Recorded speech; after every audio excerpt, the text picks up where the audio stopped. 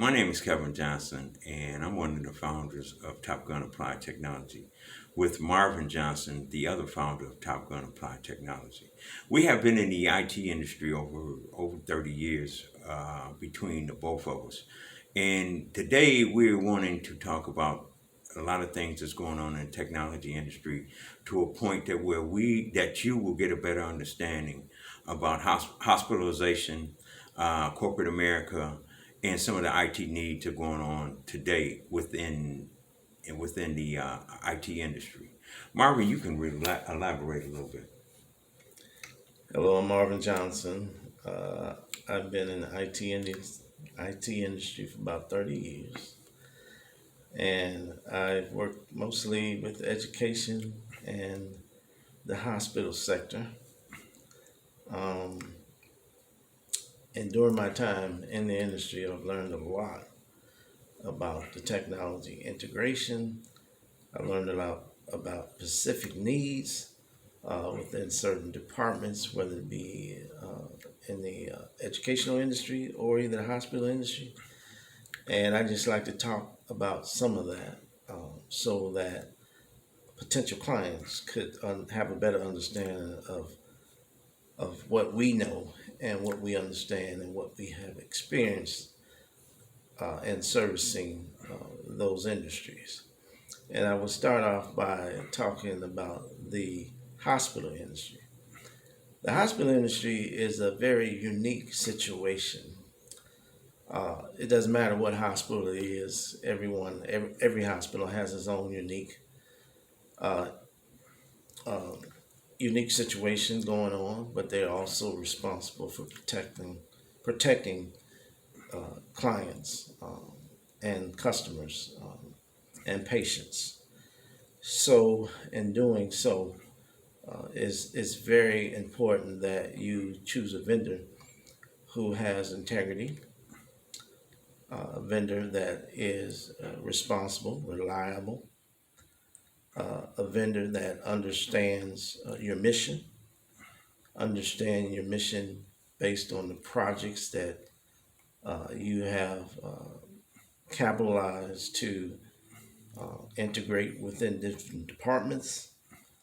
Uh, and those are very important that your vendor at least have knowledge or be aware of the importance of time, constraints, um, JCO, and HIPAA, um, and that they understand that based on the work that they are rendering or either doing within those environments, that it's very important that they be professional at all times and then be very presentable and very customer service like, which is really the most important part of this in servicing hospitals or education. But I guess because I was able to work in the capacity of first level, second level, third level, and also operation, and also the help desk and uh, desktop support. Because of that, I was able to um, meet a lot of directors, chief of departments, um, different hospital departments, uh, and while working and servicing those departments, I was able to get involved with mission critical projects that was very important to the functionality and production of maintaining the hospital standards and meeting service level agreements uh, that that would be met in regards to the services that I was providing. So I will go into basically the technology that hospitals use and the importance of being able to have that understanding of how to solve problems and provide solutions as early as possible, because between the patient and between the doctors, the nurses who are servicing the patient, between the data that's going from one department to another department, all of that is very integral part of being able to maintain um, a high percentage of functionality of uptime within the hospital.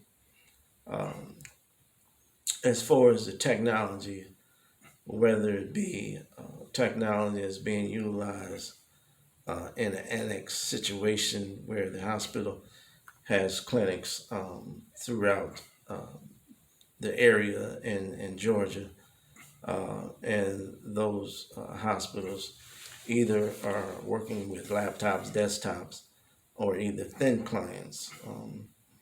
Uh, some of them are utilizing hyperspace uh, with thin client terminals that is specifically configured to bring up a menu selection that that's conducive to the information and the software that is needed to be utilized by the nurse or the doctor, and then being able to understand that a lot of the locations throughout a hospital have cows. I guess they would be the carts, push carts, where they have computers on carts, and those have to be maintained. The wireless connectivity would have to be maintained for those, along with other wireless connectivity throughout the hospitals, throughout the ER rooms, exam rooms, and that sort of thing, whether they're using thin clients or computers. But for me, in order for me to best serve the hospital, I take an account to at least know who are the decisions makers, who are the line staff that I would be communicating with, to at least get a better understanding of what the functionality is and the productivity activity going on within their department, and how is it critical, and what does it mean to the department to and the functionality of the equipment that they have within the department, and how well is the equipment functions. What are some of the experiences that they experience as far as downtime, whether it be with printers that are being configured, whether it be label printers. Some of the hospitals use the Zebra printer or Zebra manufacture OEM other label printers, uh, and those are configured to be used through a system that allows you to print the labels throughout the hospital. So it's those kind of things that we have to be conscious and aware of, that there are special configurations going on.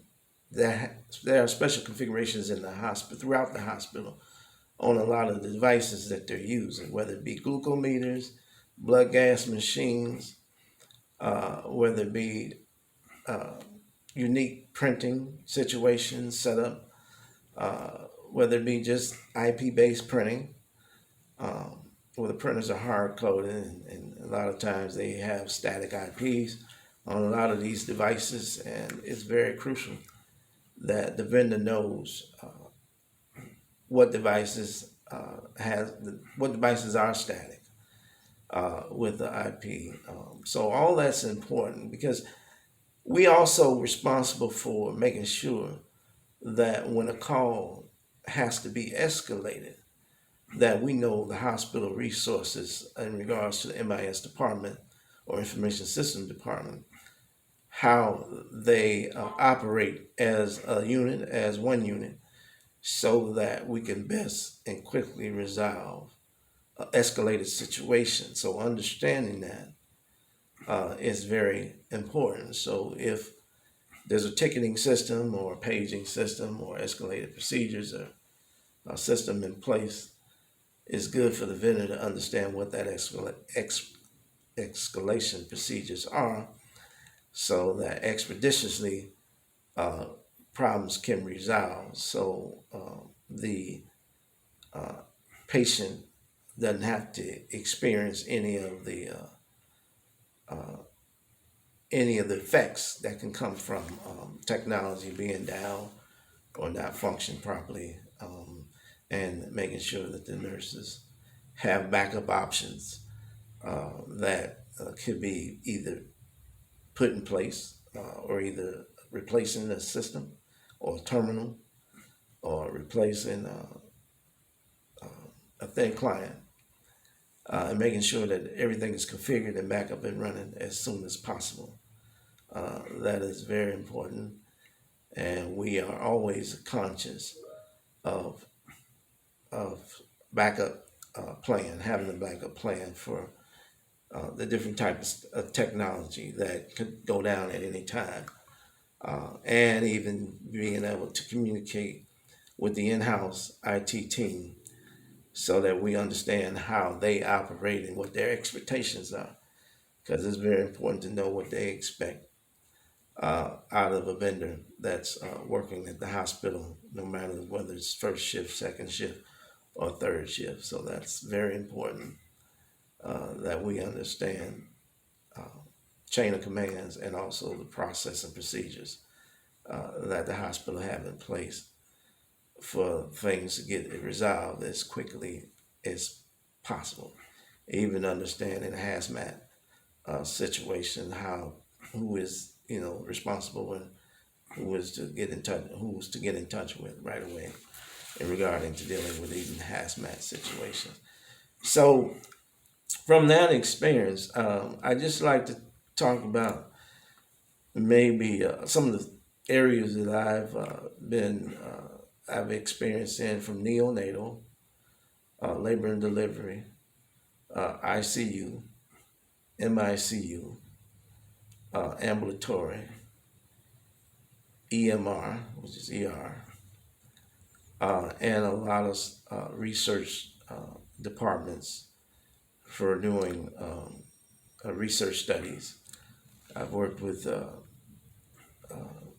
professors or directors who's in charge of research labs, and I understand that how critical technology is for them, and even some environments within research department where they have their own mini server, licensed software specifically for research that acts like a mini network, and that the workstations internally within the research lab connects to the resource server that's located in the lab or somewhere else. But the data that is being pushed back and forth from the workstation to the research server is very important to the research project, um, and understanding that each research director or person is in charge is also in charge of making sure that they are keeping up with grants and things that is critical for them. So their systems need to be stay up and running also. So I've supported a lot of different areas through research hospital, through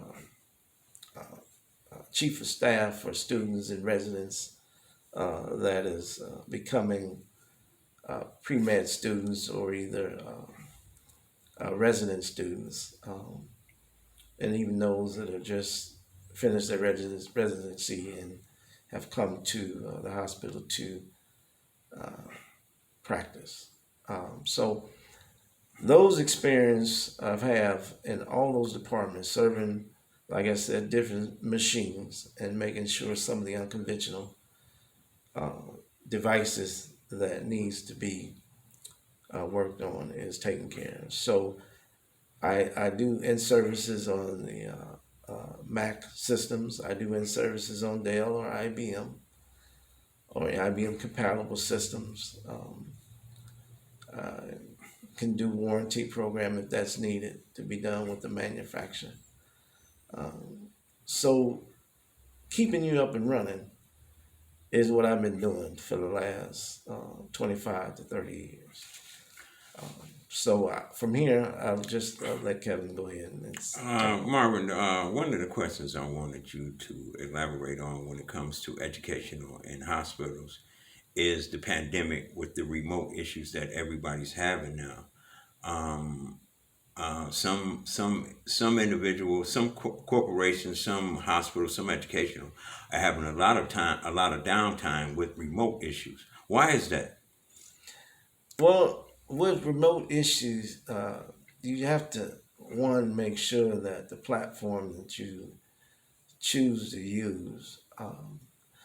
I like to be able to be in a situation where I can choose a platform and the uptime issue responsibility becomes theirs. And the reason why is you take a lot of the technical issues out of the loop. Only thing you have to do is make sure that your backbone uh, uh, network for dealing with Wi-Fi and dealing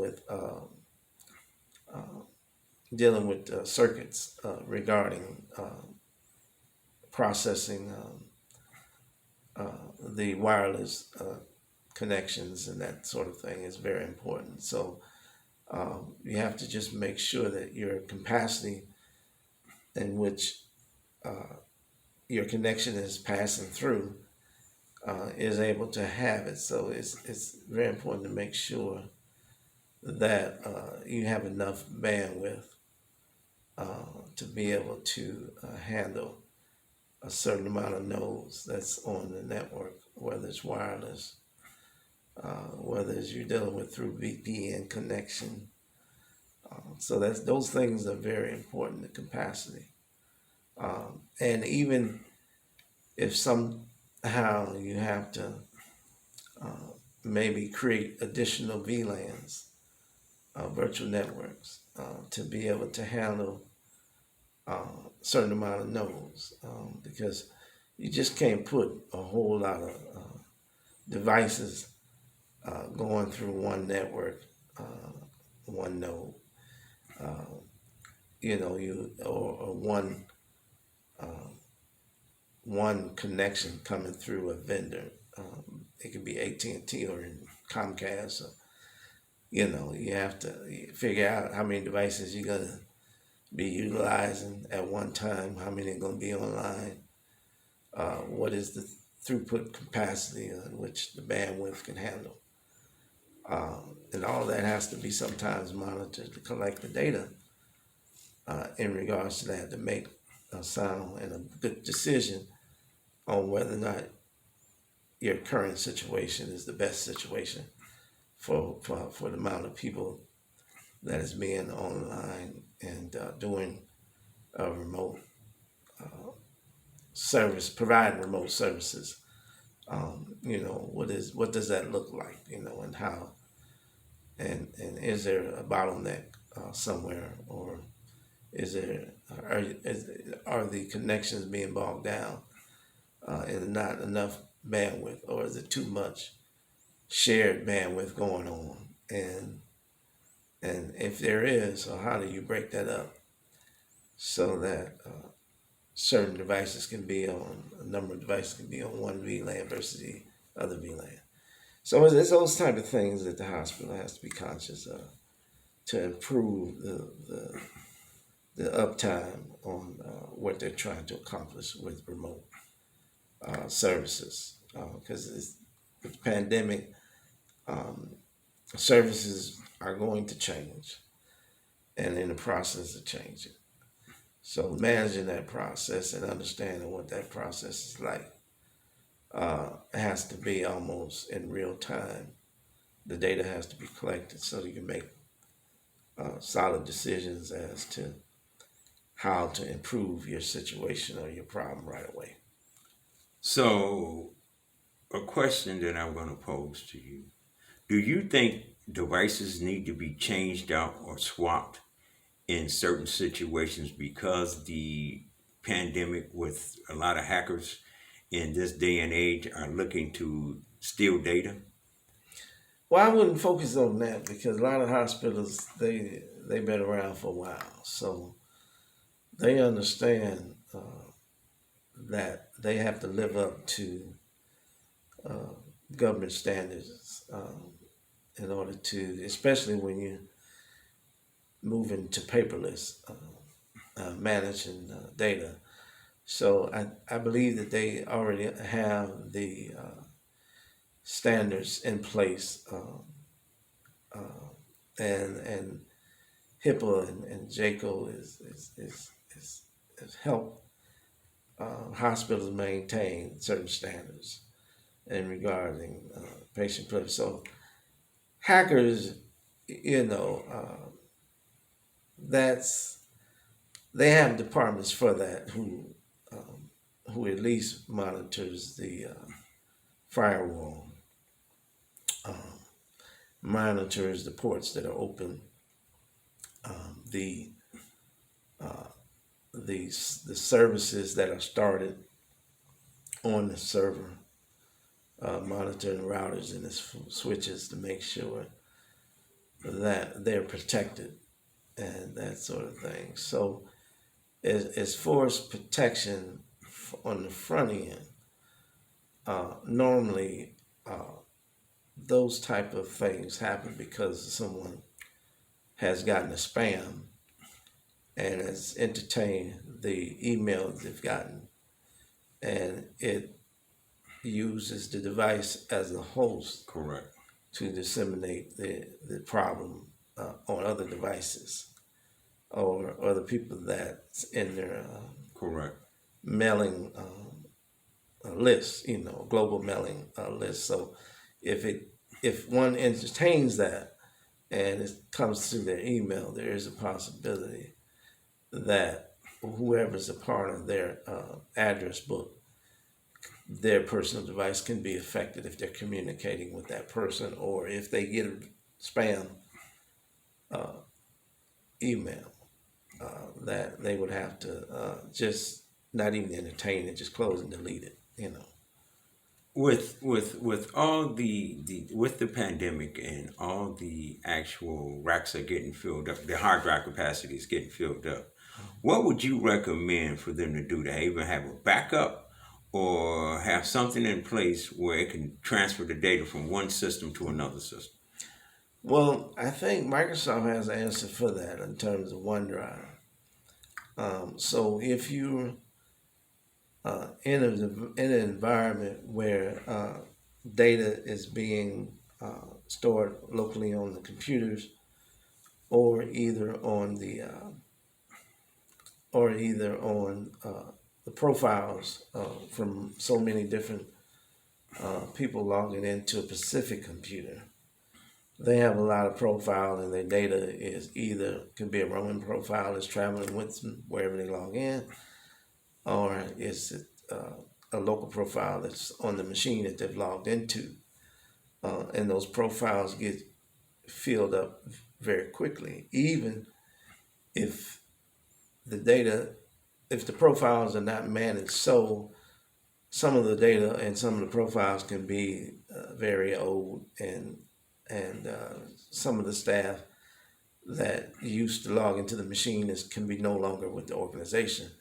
So you have to take into account of that, and there can be data still on machines bogging down, uh, taking up hard drive space that needs to be dealt with. But with OneDrive, if every logon person has the ability to have OneDrive in place uh, from the server group, they can easily configure for the profile to actually be updated to the OneDrive uh, constantly as soon as they log off the machine. Correct. Correct. So when they Correct. log off the machine, their OneDrive data is being the work that they just did could be on the OneDrive, so they don't have to worry about losing their work. Correct. And Correct. then I'm sure that there's a backup server that backs up the entire systems at night. All right.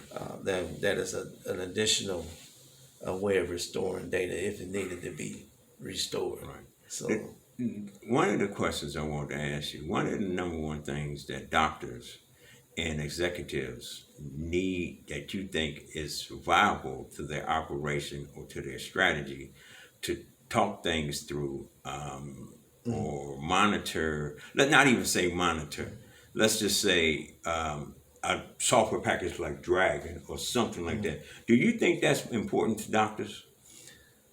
Yes, but yes, because well, it's important for the whole entire. It's important that the hospital take in consideration that even though a lot of doctors are doctors, it doesn't necessarily mean that they all can read each other's handwriting. So we all know what that's about. You got so, that right, man. You so, got that so right. sometimes it's best to solve that problem by giving doctors an easy way out by supplying them with softwares like Naturally Speaking uh, that is a dictation. You can dictate to it and voice to text. Uh, you can dictate that to it, and even having the ability to even have a voice system where they can record they their work, because a lot of times doctors be in a position where they really need to capture the process of something critical that they just did for a patient. And I know that you're supposed to have Epic or either some department or medical software that will allow you to update patient information. But sometimes doctors, some are just not computer savvy. They have other ways of other means of dictating what's in their findings or what's in their head. And those options they need to have. That's very critical to the hospital productivity. So being able to understand the technology that is available to them, especially because their evaluation of themselves, they know what their capacity is, their weaknesses, and their strength. But if you have the resources available to them so that they can stay strong all the time and have no excuse, no alibi, then I think it would be best to supply them what they need to do the dictation, to collect the data and the information in real time as quick as possible, and to transfer that information to where it's supposed to go, that so that the hospital can capture it and also have it at the same time. So, if you were right now on as a consultant on somebody's staff right now, and you went in, you assessed the problem, what would one of the things or some of the things you would change from a environment that you already came out of, but you would implement this in that scenario? Well, sometimes a hospital hire consultant agencies come in and evaluate process improvement in certain areas. The question is, I guess the thing is, you can have small teams within a very small space, but there might be two, three teams in that space that comes through the hospital in within 24 hours. And so within that space, some of them, once they log in, utilize different software for different things. A lot of times, teams are responsible for different things based on their qualifications Correct. and their Correct. expertise. Correct. So what happens at times, the resources that's within that confined space needs to be evaluated and to see if you can improve the process of what it takes to do step A and to get to step Z or D or F. Give you an example. A hospital had close quarters to being able to have a couple of printers within the area to print. But the type there was static IP printers, and then there's label printers, and there's additional printers, and then there's supposed to be rerouting of print jobs in case if that printer goes down. That's critical to the department and is not functioning at the time. So there has to be some type of rerouting of a print job in place so that the data that's physically hard copy that is either given to the patients or either the nurse have to carry around with them for certain reason. It is critical that a lot of redundancy is not going on with the Correct. with the Correct. confined space or within the department because a lot of redundancy could be eliminated if the department procedures and mission critical uh, mission critical tasks that is tasked for the staff to actually do, or the people that are on staff at specific times of the day, that they understand what they're coming into for the next shift, and being able to have the things functioning the way they should. So, or either eliminate a process, because sometimes you can have too many processes in place, and you can eliminate a couple of them because it's redundancy, and you're wasting a lot of resources. So it can be wasting paper, it can be wasting ink, it can be wasting department resources, department manpower. It can be a lot of them that can fall into all those categories, and it could be just a lot of waste going on. So, in the long run, would you well no, let me say this.